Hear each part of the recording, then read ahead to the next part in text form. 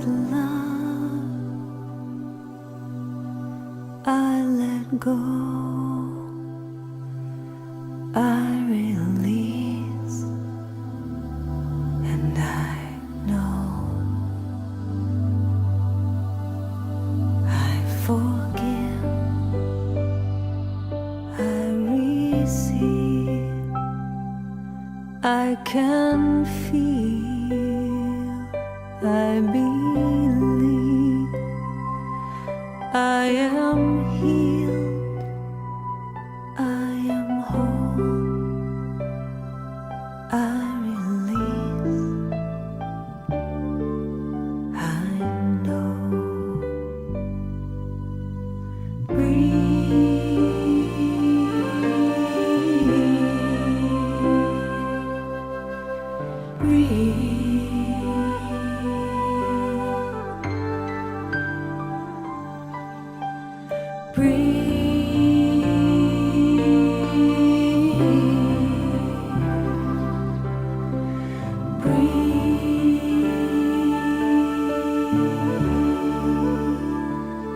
No need to push, no need to try, no need to worry or question why.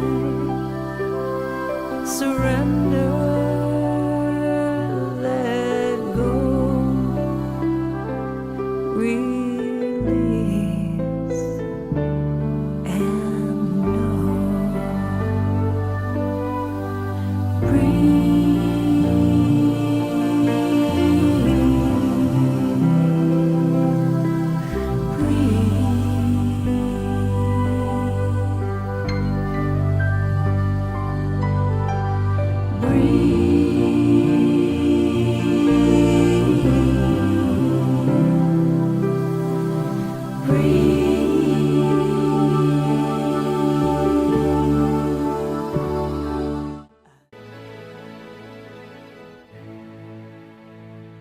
Thousands of years ago, the Buddha taught you are what you think. I am love. I am peace. I am joy. I am silly. I am powerful. So a modern philosopher coined the phrase that you are what you eat. I am organic vanilla ice cream. I'm chia seeds. I'm a good, strong cup of coffee in the morning. I am mac and cheese. Today, like millions of my human sisters and brothers on planet Earth, I'm becoming mindful about what I eat, what I think. but lately I've been thinking about this. I watch what I eat, but do I watch what I watch? What about what I feed my mind, my heart, and my soul? At Conscious Good, we believe you are what you watch. You are what you watch. Anytime you watch something that causes your soul to hurt, there's an impact. So what's the answer? At Conscious Good, We think it's about feeding our minds the same way that we feed our bodies. with nourishing choices. After all, if media can have a negative influence on behavior, it can also have a positive one. It's been proven that if we watch TV shows and videos about people helping others, Cooperating and being generous. It can actually influence us to be more altruistic and kind to one another. Talk about paying it forward. So next time you sit down to watch your comfort movie, consider how you will feel afterwards. Will you be happy and energized? That's because maybe, just maybe, What you watch. Read And listen to. matters. I am what I watch, so I watch what I watch. I am nourished. I am inspired. I am enlightened. I am a celebration. I am conscious. I am conscious. I am conscious. I am good. I am good. I am good. We We We are. are. We are. We are conscious good.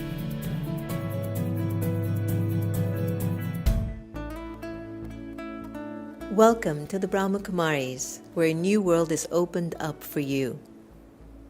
From humble beginnings in India in 1936 to a global organization with over 8,000 centers in 110 countries and 1 million students worldwide. Through their tireless commitment, passionate heart, and determined spirit, the Brahma Kumaris arrived in America in 1974 and have since grown to 35 main centers throughout America. There are also 2 residential retreat centers, Peace Village, located in upstate New York, and Anubhuti, located in Novato, California. I want to just share a little bit about how the centers of Raj Yoga meditation began in United States. Actually, I was in Caribbean islands and I got invitation from New York that we want to start something about meditation. And it was in 1978 I came here and we rented a very small apartment in Astoria. And from there I found that a lot of people have interest.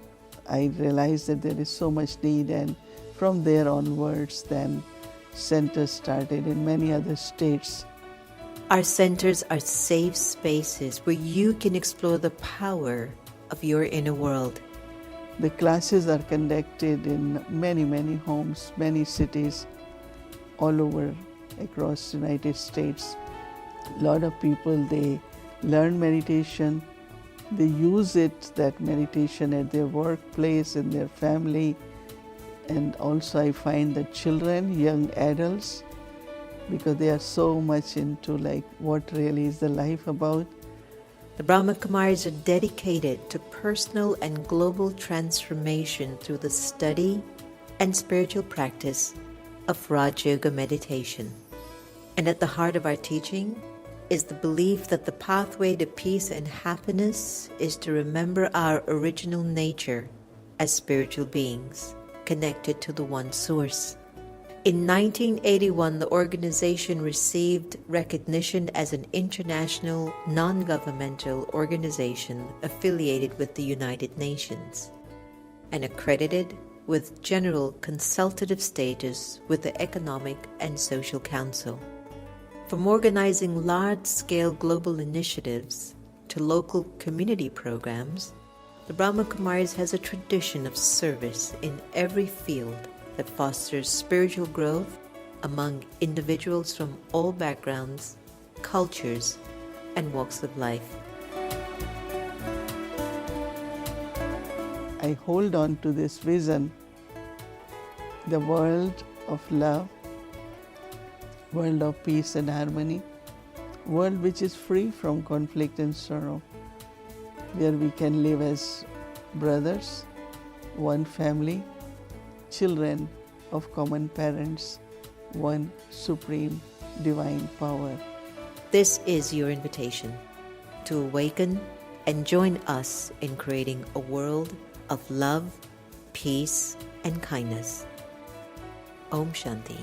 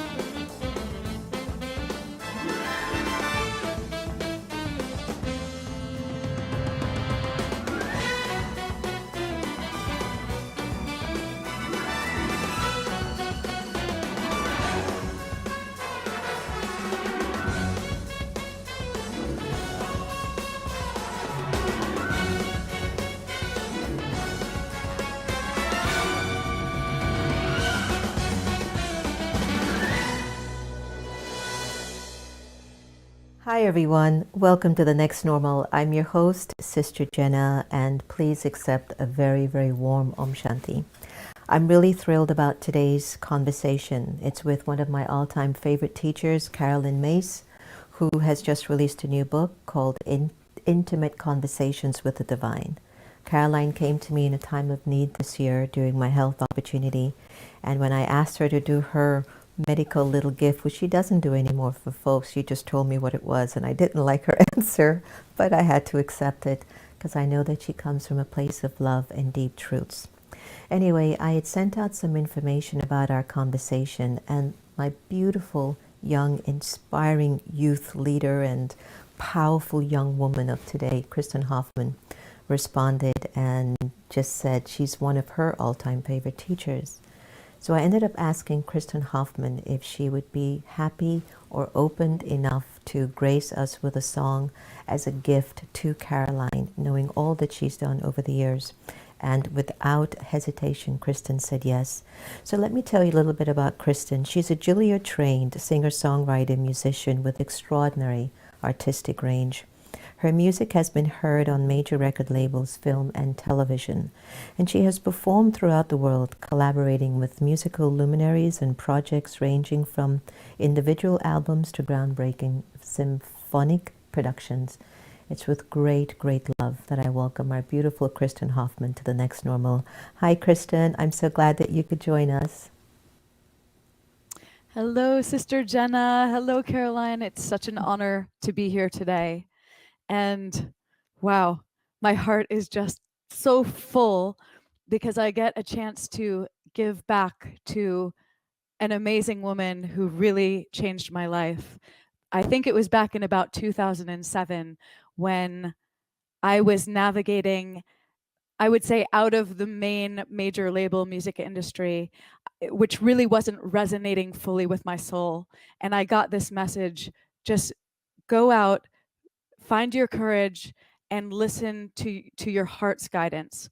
And I knew that what my true mission in this life is to use music as a vehicle for healing and awareness. And right around that time, I discovered Anatomy of the Spirit. I think somebody gave it to me as a gift. And wow, did this book change my perspective, my sense of healing within my being, my understanding of being in discussion with my higher self and how that could be encoded on a cellular level. And this book just helped me to really step into my mission fully. And I would say if I went to an island for the rest of my life and I could take 10 books, Anatomy of the Spirit would definitely be one of them. So Caroline, thank you for being a transformational guide and mentor in my world. And I think it's very rare in this life that someone who has served as such a mentor kind of from afar for a while, that we have the chance to give back with our own gifts to that person. So it is a true honor today to share this piece that poured through last night.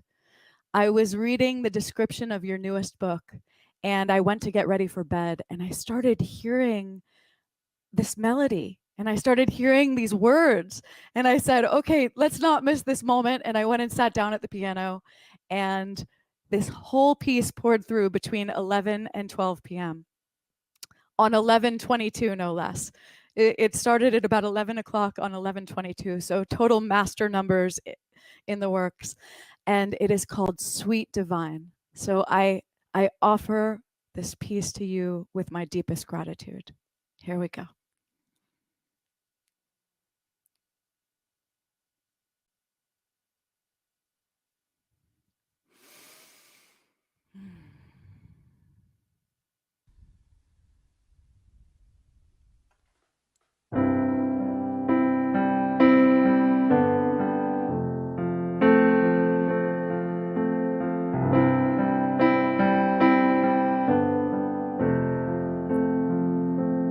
Sweet divine, you know my soul in intimate light.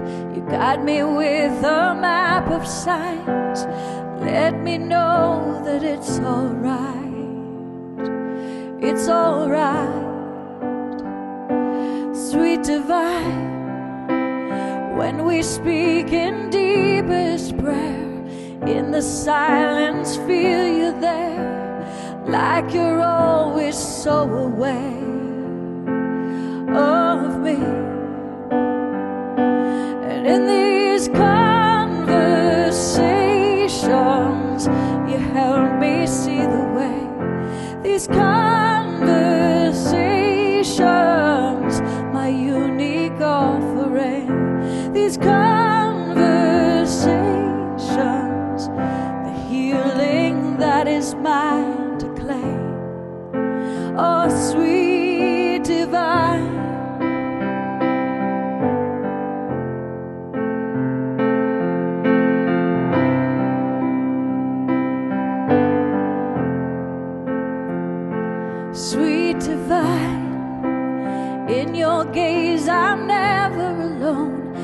Lead me back to heart and home. Help me hear the truest tone of who I am.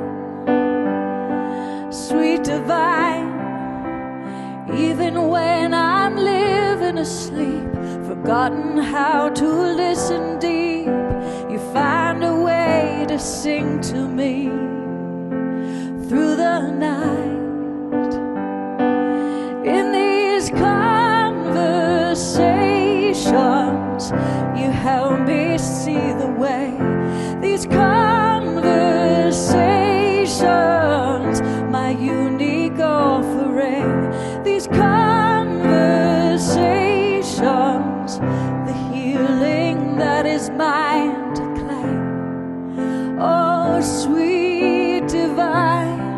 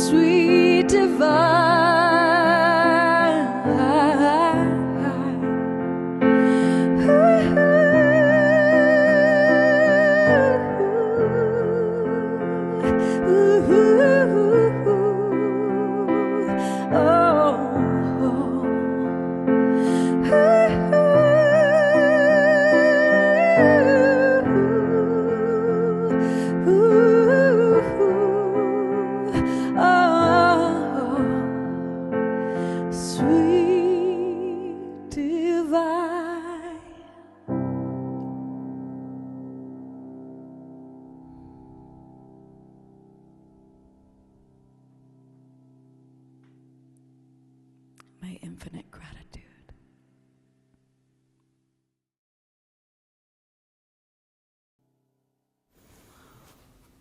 Caroline, for you, our special gift for all the work and all the service you've offered our humanity. Kristen Hoffman, thanks for setting the tone for our evening's conversation. As usual, you've touched our hearts. Caroline, did you have anything to say? Do you need to take out any tissues? I really want to say how blessedly gifted you are, and honestly, when someone gives their talent, their genius in response, you have done more for me than you'll ever know. I can't even thank you enough for whatever you think I've done in your life. You've replayed it 100-fold. I will always remember this. I'm the one who needs the tissues now. Thank you. What a special moment. You. Yeah. I can't wait to read your newest book, Caroline. Okay. Thank you. Love and light. Thank you. You too, darling. You all too. The best. Love you, Sister Jenna. Wow. Thank you. Me too, darling. Thanks a lot. Om Shanti. Om Shanti. So I think all of you now are pretty much ready for an intimate, deeper conversation tonight to serve us at a level of real transformation. I know I don't really need to offer the introduction to Caroline because our conversation would be more than enough, but for those of you who might be just learning about her, she's a 5-time New York Times bestselling author and internationally renowned speaker in the field of human consciousness, spirituality, and mysticism, but also health energy. She's also started the educational institute in 2003 called the Caroline Myss Education, which offers a diverse array of programs devoted to personal development, and it draws students from all around the world. Caroline maintains a rigorous international workshop and lecture schedule, and she's produced more than 80 audiovisual products on subjects that include healing, spirituality, personal development, and much more. Of course, you can see Caroline online, Super Soul Sunday with Oprah Winfrey, but what has brought us here together is her new book, Intimate Conversations with the Divine, Prayer, Guidance, and Grace, which I had the fortune of assisting in a little endorsement. So with my heart filled with grace and love, Caroline, welcome to The Next Normal. Glad that you could join us from your busy schedule. Oh, thank you, Sister Jenna. It's good to be with you. We have been going through quite a lot of changes in the last, I would say maybe 10 years especially, but I'd say the last 4 years have been quite intense. What have you learned at a personal level about what these 4 years actually meant to you? That's a big question, Sister Jenna. We're walking into deep waters here. What I will say is that we have been in the flow of transformation since we entered the nuclear age. That was crossing a power Rubicon. When we stole the fire again from Zeus, so to speak, when we accessed the capacity to destroy ourselves, thinking that it was somehow or other an accomplishment, I think that the level of light and dark catapulted to a new playground, all right. And that from that time on, we knew somehow inside of ourselves, we could feel a archetypal cosmic momentum building. That from that time, life looks, from the Buddhist point of view, let me say it differently. It looks externally like we're making progress. Look at this. There's, more of this and more of that, and things are faster, bigger, faster, bigger, faster, bigger. But in fact, more species are dying. The environment's becoming more toxic. The actual organic support system is becoming more toxic constantly. And the actual psychic living system, the energetic system, is becoming more contaminated. And all we ever do is measure by, does my phone work? Does this faster, comfortable? We look at everything from whether it's comfortable and fast, and that's our measure of whether or not we're making progress, when in fact, at the energetic level, we're a catastrophe.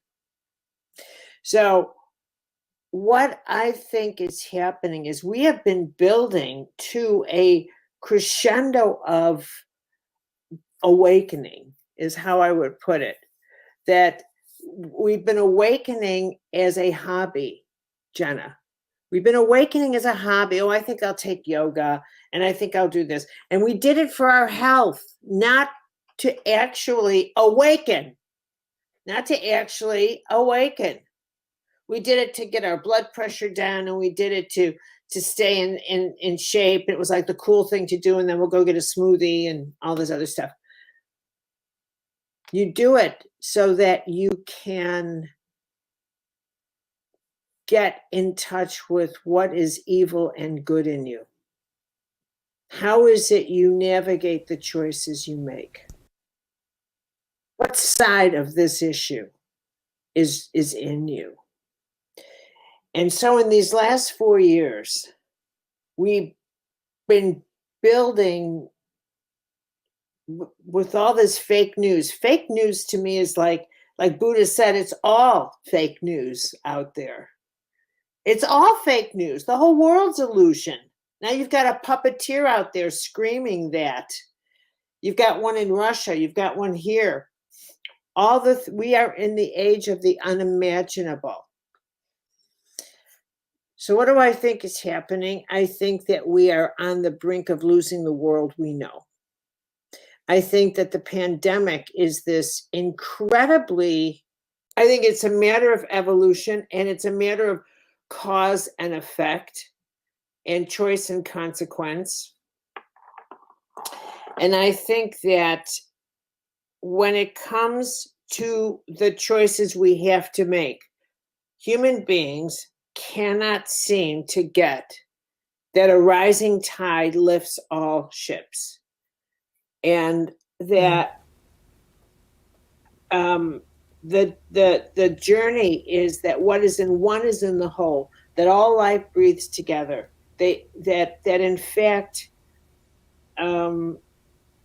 we have to start making decisions that empower the whole. But the distribution of power, the love of power, dominates over the power of love. And that's just the way it is. Can I jump in here? Jump as much as you want. Yeah. Because it connects to what you're saying. And it's something I've been asking myself a lot, and I can't say I've found the answers yet. But why is it, Caroline, that we tend to learn faster through tragedy than through love? For example, we've had love and we kind of take it for granted at times. But then it has to get to this particular point of such darkness that people start to somehow then decide, I need to wake up. It's no longer about yoga and my health.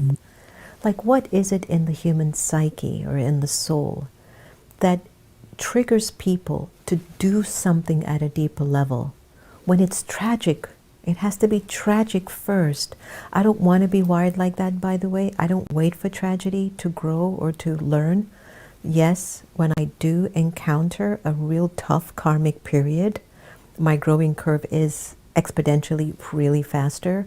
But I do look for moments of growth in moments of love, like what we had at the opening. I can't begin to tell you how that made me feel. And I knew that was my growth. But I've been noticing people are wired to decide or choose to grow when situations get tragic. Why? I think that's always been, I think it's very rare that someone recognizes, I need to empower this person, and that would make this whole thing better. I need to recognize how racist the United States is. And so we need to recognize we have always been an unbelievably racist country. And we just don't want to share power with them. And that's what's going on in the government, and et cetera, et cetera. There's a lot of that in the legislation, and that's what Mitch McConnell is now up to with his federal judges. And the sharing of power. Power is the fundamental ingredient in the human experience, Sister Jenna. Power. Everything is a negotiation of power. Everything we say, everything we do, everything. We're not born loving. We have to be taught how to love. And it starts out as a physical substance. This is love. Let me show you I love you. I will get up and make you dinner. I will physicalness. So we see love as power. The most terrifying thing for people to do, Jenna, is to empower somebody, is to give power, is to give a compliment, is to say, you know what, you're really good at this. Kristen is a genius at her music.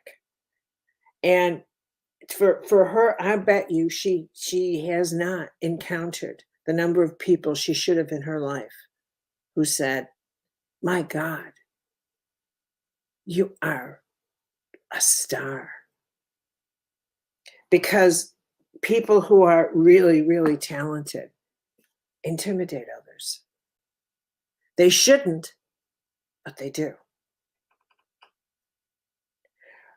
We have this fear that there's never going to be enough. And we live from that illusion. We live from that illusion. There'll never be enough. And so we've chosen the route to destroy things as opposed to, instead of sharing, we will destroy so you don't get more. Think about that. That's how we do our calculations. Rather than help people in this country, that country, we will bomb them and destroy them so that we don't have to share what we have. So the way we think is so primitive. It is at times so primitive, it takes my breath away. It takes my breath away. The idea that empowering somebody who doesn't look like me, oh my God, how could you do that? So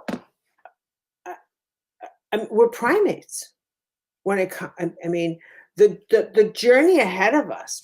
How am I from these last 4 years? I think our primitiveness has been exposed. I agree. That somebody as crass, as crude, a liar, a person who just drips in all the 7 sins is emulated. It's emulated. That half the voting public said, no, this is the person we want to lead this nation. Absolutely. Tells you how much trouble we're in. Yeah. Okay, so on one level, And you by the and way, I know that. What? Oh, I just wanted to say, by the way, I am not making a Republican or Democratic statement, though it sounds it. I would be as aggressive if this person were a Democrat, Libertarian, or Druid. I just find I know you would. We know you. We know you. We types know where of your heart is. dark, contaminating. I don't care about. I have no allegiance to a political party whatsoever. My allegiance is to the Constitution and to my country. I don't care about these idiot politicians. None of them. Yes, yes. I get you. I get you. I get you. And I think that as we navigate during these particular time, I guess you are right. It's really about power, because I've even seen in my own life, sometimes you just keep going. You know, you're not pausing. You're not getting caught up in all the games that people play and all the hearsay, the gossiping, the criticism, the competition. You're like straight up. You know, I focus on my love for God. I do what I get inspired to do and just wait to see if it's ever going to just pour down on me as a blessing. And again, I'm not even doing it for that. I know that as we navigate through these times, my desire and my wish was for us to really feel that we're getting turned to God, Caroline, like that we would talk more about the divine. And I was curious to find out, where were you when you started to put together intimate conversations with the divine book? You know, when we spoke and I was going through my health opportunity, you immediately sent me the manuscript to read. Every morning I would wake up and I would read those prayers, especially the one on humility.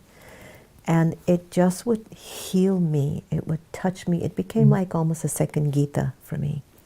And there was just something about it, the authenticity, the feeling, the purity of it. You tapped into who I call God, Baba. It's just because I'm more of a baby with my relationship. But you tapped into Baba, God, the divine, Allah, Jehovah, in such a way that it gives you that space to let that energy in more. Where were you when you were putting this book together? Where were you inside? And when you reached the final page and you put the pen down, do you remember where you were inside?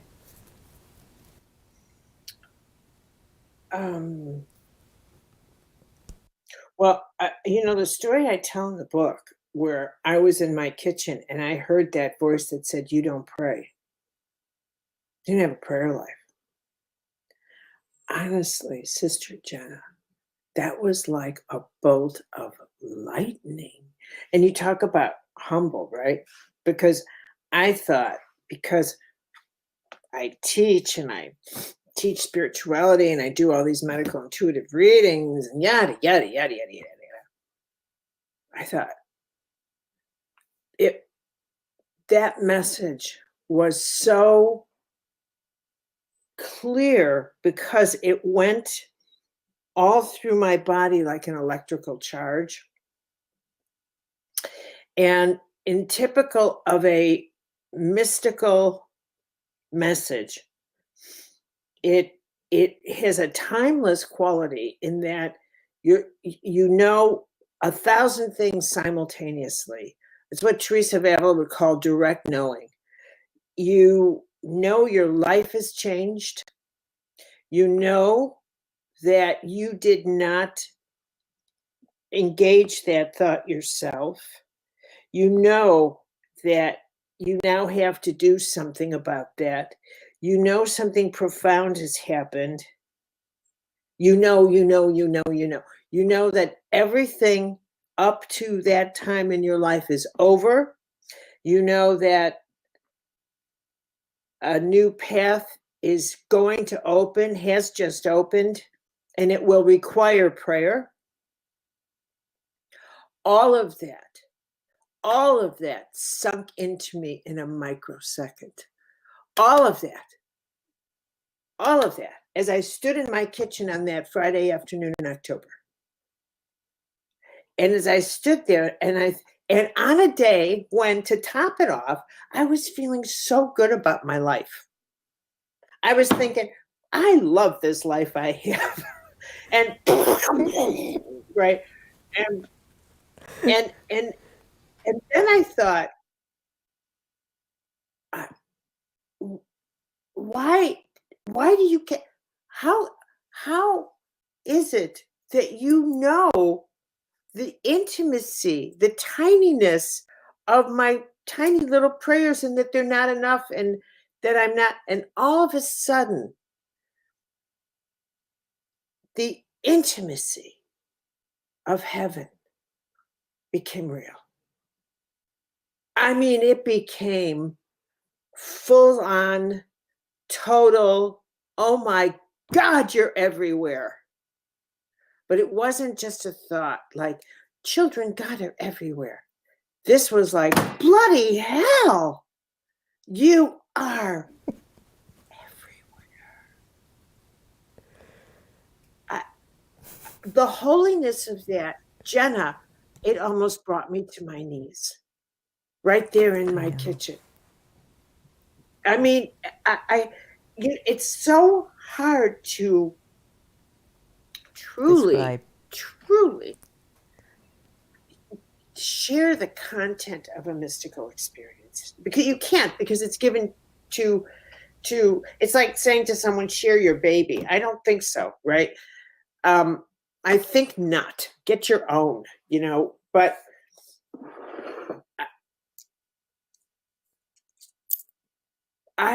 the intimacy that you would come here and tell me that my prayer life is insufficient and you need me to pray, and that's going to matter to the whole thing was just. And then I thought, oh Christ, what are you going to do to me now? And then and then the whole thing, nothing was the same from that point on. But the intimacy, I was like, boy, oh boy, you are everywhere. Wow. And then I thought, this is so cool.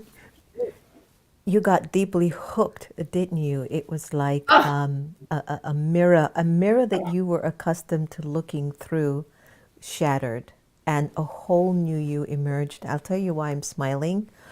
When I was about 24, 25, for the first time I had trekked to India at my parents' group, and one that I eventually joined, the Brahma Kumaris. And I was so young, and my background, pretty young and enjoying the world. Where you were born? I was originally born in Kingston, Jamaica, but I left when I was 4, and I've been in the States ever since.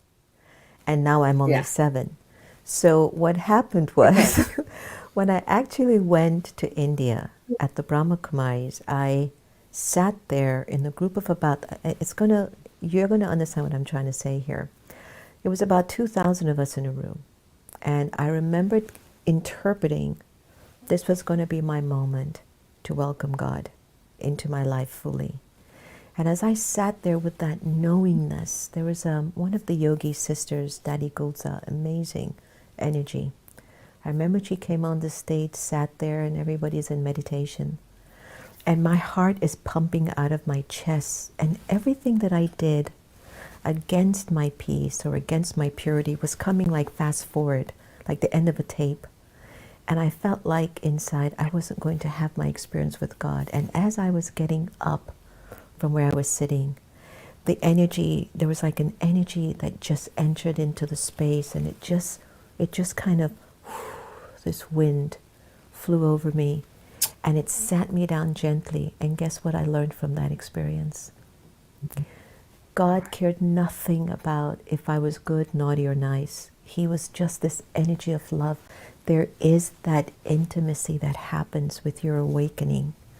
And I sat there, Caroline, for another 5 hours. I never moved my eyes off of that moment. I believe it. And just allowed that, and just allowed that love to pour over you. And when you had told me about the intimacy part of the book, I went, I get it.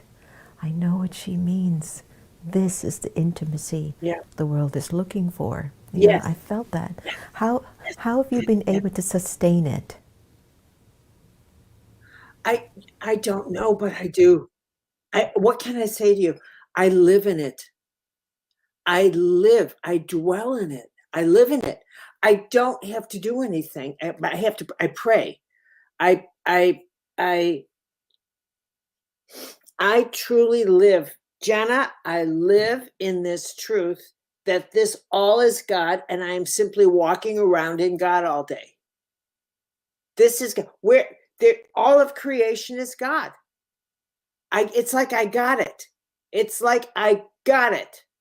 Like if God could hand out perceptions, truth jewels that activate in a person as a gift, as a blessing, to use your word, as a blessing. One of the greatest blessings that could download and activate like an Alka-Seltzer, just go is like that all of this is breathing, conscious, holy God. And you're floating around in it, and we're just walking, and everything is just a different vibration of God at all times. And so I really, really live in that. And I have to sustain it. I have to pray. I said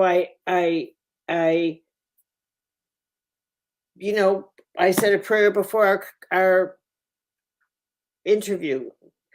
I just will slip into dialogue. I will slip into dialogue as if you were here, as if God is here at all times. Because God is here at all times. So I slip into dialogue because God is here at all times. And so I just slip into an intimate conversation. Like, you know what I was thinking? And like I'll go on my porch and I'll say, I gotta tell you, this is getting screwed up down here. So you obviously, you know what's going on here, but it's hard, and kids are in cages. And so what am I supposed to do? Talk to me. Talk to me. Talk to me. This is, and if the only thing I can do is generate grace, then so I shall do it. I don't know anything else to do.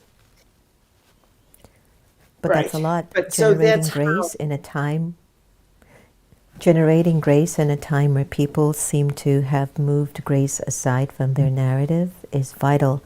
I'm curious to ask you, especially the listeners and the viewers that are tuning in, how can we open our own intimate channel of communication with the divine, which can help us to navigate the challenges that life throws us? Any suggestions?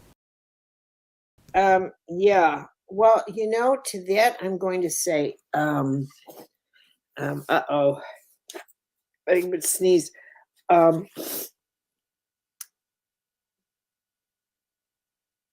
Now you're bringing up the subject of faith, really.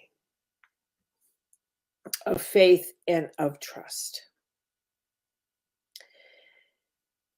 I tell everybody, start out with holy listening and prayer. And don't pray as if you expect a reward for prayer. Don't pray with entitlement. Don't pull off any of those attitudes with heaven that you have with human beings, because it's not going to get you anywhere. The celestial world and the holy world is not organized like the physical world. It doesn't care about your temper tantrums, and it doesn't cave into spoiled brats, and it doesn't do any of that. Heaven is all about the journey of getting you to become more comfortable with the quality of choices you make that are based and rooted in sacred truth. That's the role of heaven. That's the role of heaven. And so when you asked, why do we always end up getting to the place where we're in pain before we cave? Because we've chosen pain as our teacher, haven't we? How many times have we been warned ahead of time, don't do that, it'll do this or that, and we don't care because it doesn't suit us, because we really don't take that seriously. Oh, that won't happen to me because I'm entitled to things working easier for me, because I'm entitled to certain blessings because I'm so special. And so this won't happen to me because I'm just so special. And so the first stage is getting over the I'm so special thing, isn't it? And that getting over your contempt for being ordinary. And so how do we pray? We take our shoes off on sacred ground. And we start saying, you know what? I'm just like everybody else. And I am subject to the laws of nature. And this is an organic universe. And God is law. God is law. And what actions I set into motion, I am responsible for the reaction. What choices I make have consequences. So how shall I pray? Guide me so that I do no harm. And if I am doing harm, show me why I'm doing harm. Beautiful, powerful. There are certain things that we innately might be asking ourselves in our quiet moments. Could be when you're cooking, it could be when you're walking from one room to another, could be when you're picking up the phone, those quiet thoughts that emerge to signal something to you. We hear a lot, the current leadership had talked about the soul of America, healing the soul of America, and this is not a political question. But I'd love if you could share with us, what is your interpretation or understanding of soul? I think think of toilet water, cologne, perfume. all the same fragrance, but different, and all the same fragrance, but different intensity, right? So I think of eau de toilette, right? Toilet water, very cheap. So you have to put a lot of it and it doesn't go very long. And that's physical life. That's our toilet water. It has our fragrance, but it won't last very long. Cologne is our energy field. Energy. There's nothing sacred about that. It's just mechanical, just energy. Which is why working with energy won't heal you. It just maneuvers, but it's the wiring. It's what people don't get. It's just wiring. Then you get to perfume. So the energy field is where the spirit is. Spirit manages the wiring. Then you get to the perfume. That's your eternal, cosmic, holy self. That's your soul. I get you. I get that. I look at it that there are original recordings in the soul. There's a Sanskrit word called sanskaras. And you've got the energy in the soul. When you're soul aware, there is love and peace and purity and truth in you. And when you're not, and you're in the toilet water, it's an acronym I use quite frequently. It's called algae. You're in the anger, the lust, the greed, the attachment, and the ego. And what we're trying to move from is from algae to the original self, from the toilet water to the perfume. I get it. There you go. Now I know why I love perfume. And don't so I get that. Oh, I love it. God. Who is God? Are you asking? Or are you just musing? I'm looking at that look on your face. I'm asking, who is God to you? What's your interpretation? Jenna, I mean, I'm not qualified. I can only tell you how I have experienced. I can't answer that for any other person. And I wouldn't even attempt that. But my personal spiritual journey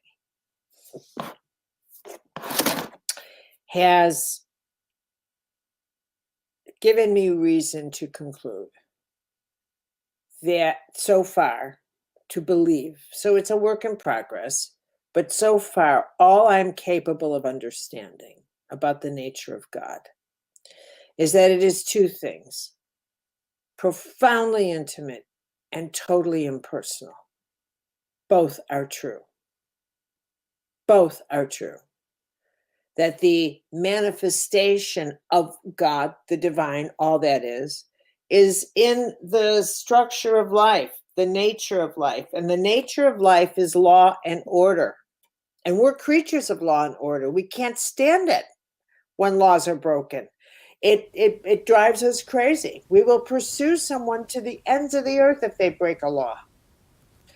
Because we are structured, our bodies work on law and order. Our heartbeat is law. Eye blinks, blood pressure, mathematical law. So the nature of God, the planetary rhythms, the tides, nature, summer, autumn, winter, spring, food returns. This is God. And if you understand that that is the nature of God, then you understand that after a winter in your life, I will send you a spring. I will. Even if I don't like you, God says, I'll send you a spring. I'm under contract. I'll send you a spring. I will. No matter who you are, no matter how many, no matter how much, it doesn't matter. Yeah. But I will tell you, not everybody has the same kind of fields to plant in. That's going to vary, but you'll get a field. You'll get a field. Yeah. And how well you use your skill, everything is choice because it's law and order. You make stupid choices, I am not going to clean up your mess. because that's law and order. Is that where karma plays a role? Where it's not the karma that we talk about, where that's your karma, but it's more the law of cause and effect, where if I've given so much suffering, at some point when I'm suffering, then why am I begging and saying this is not fair? You know, when I look at what's been happening in the USA, I wonder, is it the karma of USA to be going through what it's going through, or is it creating karma to go through some stuff later on? It's been a huge shift in this country, I have to tell you. Especially you and I have felt a lot of emotions with the kids being locked up in cages. That was a really hard one to receive. And then you reach a point that you say to yourself, at what point do I step in and step up and go, no, we can't have this. And everyone's voice should have shifted that. And yet we're still struggling, and there's still kids in those cages. And they will be all through the Democratic. You watch. Because there's no leaders and there's no backbone. And they're all afraid of being out of their power seats, which is why they have to absolutely get term limits, and they should be paid $40,000 a year, and you'll see them scamper. You have to get rid of lobbyists. Well, I hope that give changes. them term limits. And you have to make their power lives, their little aristocracies, their little kingdoms. You have to disempower these people. They've just become too entrenched in their own power systems. They don't run to represent people. They run personal power gains. Right. Yeah. I remember I did a television series. I did a television series entitled Soul Talk on the Hill, and I had the privilege of really being the only yogi walking in the halls of Congress and having these intimate conversations. And you know what I took away from our talks and our recordings? If they had an influence that could invite them to feel safe, to be opened and to be themselves, they would. But sometimes the environment is so toxic, they're not even able to find themselves. This is just something that I'd observed in some, not all, but in some. I want to get to the book because I was curious, and I know this is going to be a hard question, because I know we're coming to the end of our conversation. I felt for me, there were, like, all the prayers were my favorite.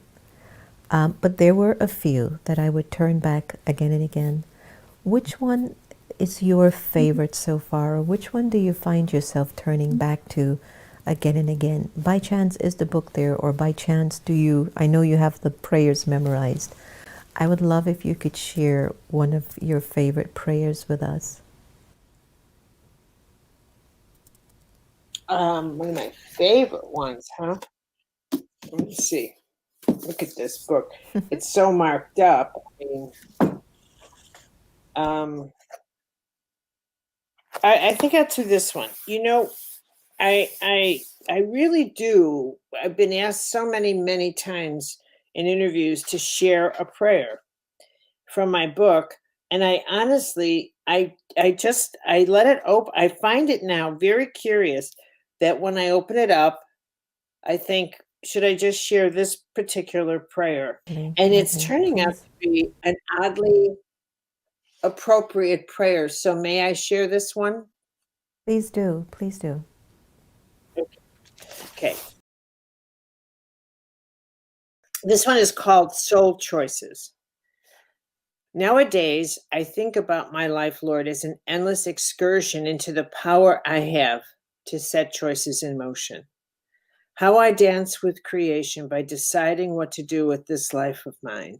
And little by little, I'm realizing that every thought I have, every breath I take, releases sparks of creative energy, my grace, into this universe.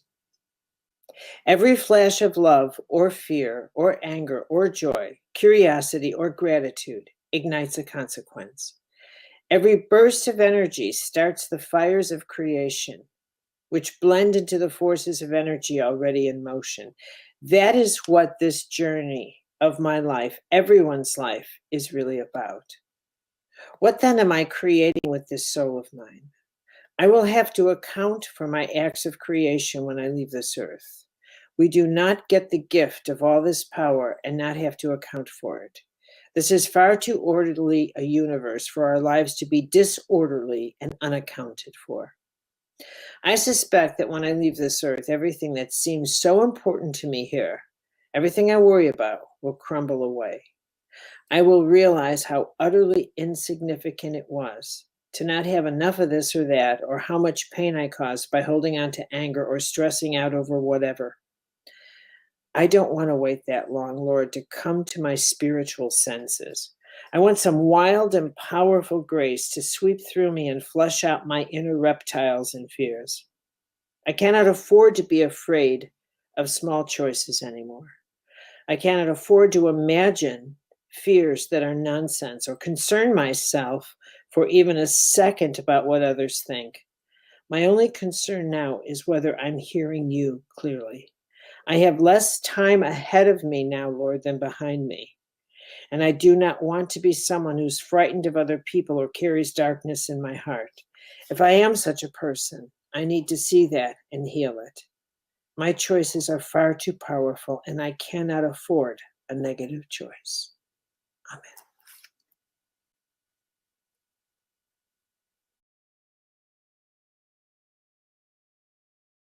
I kind of feel like how you felt when Kristen was finished with her song to you.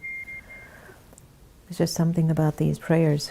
They're just so pure and authentic. I don't have to tell you thanks for joining us today, because I know whatever you offer is from your heart and it's genuine.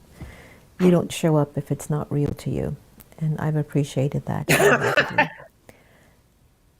Any final thoughts? You see how much we know each other? Any final thoughts you'd like to offer? We really have become sisters. Do you want to share any final thoughts with everyone? Because, you know, we're trying to get folks out of their personal issues, you know, like personal little petty issues is really distracting people from the real deal. But that's another conversation. You know what I'm going to say, Jenna? It's going to be a challenging winter for people. It's going to be because we're going to be under lockdown, or we're going to be isolated, and life is changing. And what people need to really get is we're not going back to any kind of normal. We can only go forward now. And so people have got to stop saying, I want to get back to normal. We're going to get forward to a new normal, and they have to stop looking back. And they have to not allow that sort of nostalgia to take hold of them. It won't serve them. Instead, they have to look at what needs to be generated in each day. We have to look at small ways to improve the lives we're living. We have to become much bigger within our small space and much smaller within this big space. We have to be much more gracious to every person we meet, because we were screaming for decades, I want my own space. Well, look how many people have it, and it's killing them. So what we need to do now is realize, I don't want my own space. I so want to squeeze the hell out of everybody I love, but I can't get my hands on them. And I will never again not be grateful for the people in my life. I will never again not be grateful for everybody. And in fact, my job when I go down the street, my practice is my heart is so full of love for everybody I see. Because now I know that everybody I see is missing everybody they don't see as much as I'm missing everybody. I look at all the people in my town who are losing their businesses. And I stop by their window and think, is there anything I can do or anything I can get? Anything. This is my living practice. We're trying to save this village and save everything else. What else can you tell people? You start living the power of your spirit. And when you see someone out there who's homeless, you better believe they are homeless. And you give them $1. You don't walk by them. And in your heart, you say, except for the grace of God, go I. Because you know what? That could be an angel in disguise looking at you and saying, I'm going to remember this. Yeah. Because we are all one. It is it's a time for grace. It's a time for all of us to really begin to go deeper into our intimate conversations with God, everyone. It doesn't matter if you've been on your awakened journey, your religious journey, your agnostic journey. As living souls, there's got to be something in your spirit that's calling you to be definitely the best you can be, which is of love, and to be more soul aware so that you can walk with God wherever you go. We always believe, that it's not as if God, we know God is everywhere. Wherever there's beauty, there's God. When there's ugly, God is not there.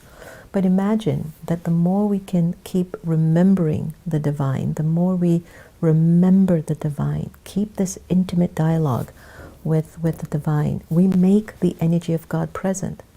Because one of the things that I've been looking at is, why are people so mean to each other? It's as if they've stopped having this intimate dialogue with the divine. Caroline, thank you. Lots of love, holding you tight. Om Shanti. None of those words really carry the weight of how we feel about each other. But I think the both of us can share that we deeply, deeply wish for humanity to heal and to awaken and to get out of this particular place that it is globally. And so, I just hope that, I just know a day will come, whether it's through love or tragedy, we will turn to the divine and we will get into the intimacy of these relationships or conversations. And I think the world will change. It'll become that golden age we've been envisioning for a long time.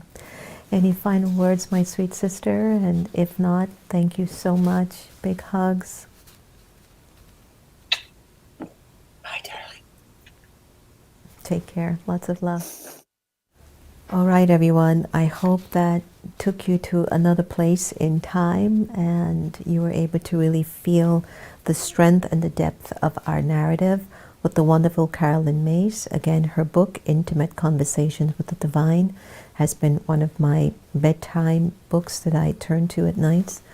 And again, we need to really become so conscious and raise our love and our empathy, our kindness, our graciousness. One thing I've recognized that definitely is a big need of our time: humility and honesty. These two particular virtues, to be humble and to be honest. Again, nothing that was said in today's conversation is really anything about political. Each person was sharing their own idea. This was really about how can we get to our conscious place of divinity and become our best version. So to all of our friends out there on Facebook, YouTube, all of your comments, let us know what you felt about today's conversation. Put them in, give me your thumbs up, anything that you'd like to share. And I want to take this time to thank each and every one of you for tuning in again and making the next normal your go-to evening chit-chat at nights. All right, lots of love. Take care, everyone. Om Shanti.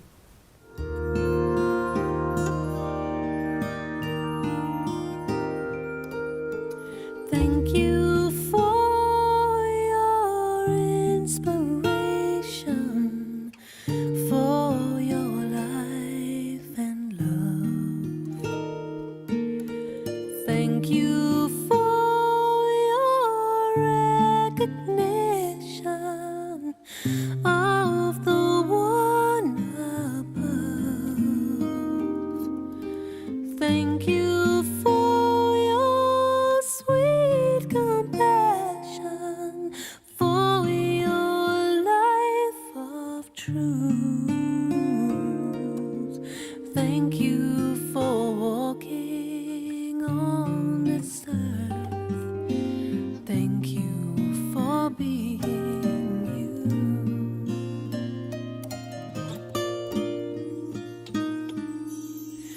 The river flows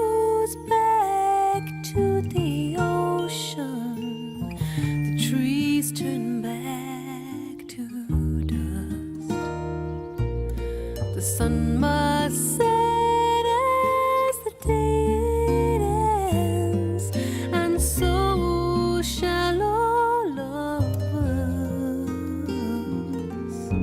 The gift of silence is returned to each one's soul by soul. I know you hold it in your heart as you watch your life unfold. So go to the sea, flow to the ocean, fly